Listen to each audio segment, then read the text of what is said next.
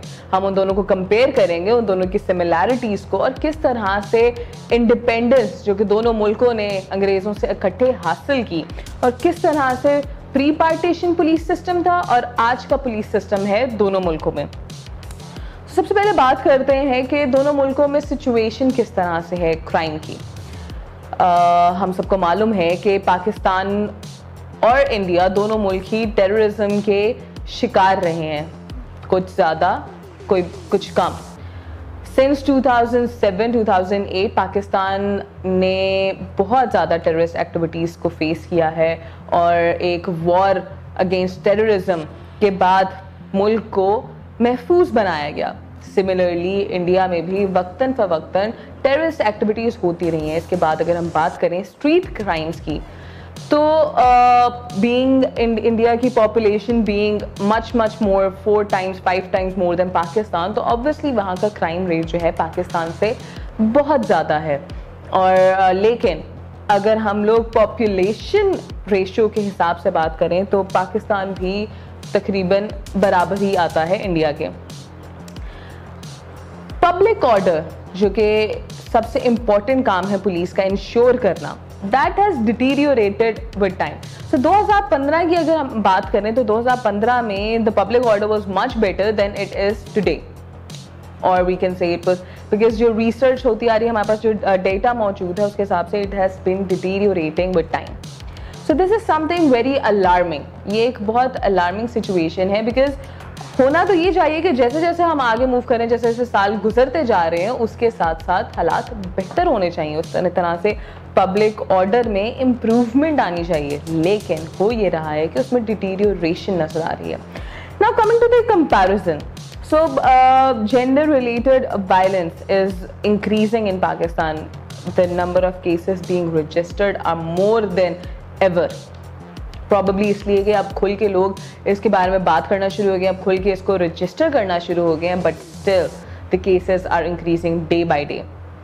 Now coming to the number, اب ہوا یہ ہے کہ India is spending 41% more on its police than Pakistan is.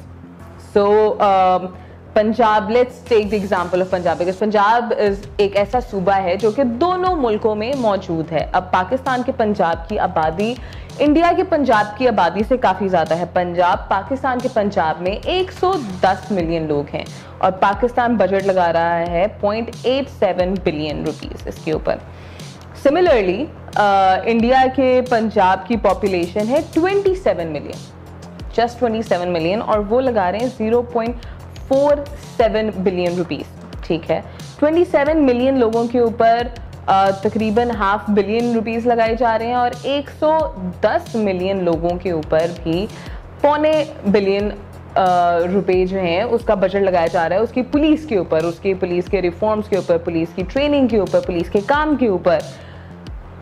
اب ریسرچ نے بتایا کہ اگر انڈیا کی پنجاب کی پولیس کی پنجاب کی پاپولیشن 110 ملین ہوتی تو ان کا بجٹ جو ہے وہ 1.23 بلین ہوتا. سو اس سے یہ ہمیں پتہ چلتا ہے کہ کس طرح سے ان کی پولیس جو ہے اپنی پولیس کے, which is why their police is more effective, their police is less corrupt, because when it comes to corruption, so ایک سروے ہوا, اس سروے میں پولیس سے پوچھا گیا, پولیس مطلب کچھ which who cannot be named, and even people جو عام عوام سے ہوا, تو رشوت لینا, کرپشن کرنا, کام میں چوری کرنا, ان سب میں. سو اس کے لیڈنگ ریزن یہ ہے کہ ایک تو پولیس بہت کم ہے. So the ratio of 1 policeman to the number of population is great in Pakistan. اس کے ساتھ ساتھ ان کی سیلریز بہت کم ہے, جس کی وجہ سے, بیکاز ان کا بجٹ بہت کم ہے, اس کی وجہ سے ان کی سیلریز کم ہے, جس کی وجہ سے they are forced to do corruption, they are forced to take bribes, اور جس کی وجہ سے ہمارے جسٹس سسٹم کا, ہمارے پولیس سسٹم کا, ہمارے سیکیورٹی سسٹم کا اتنا برا حال ہے.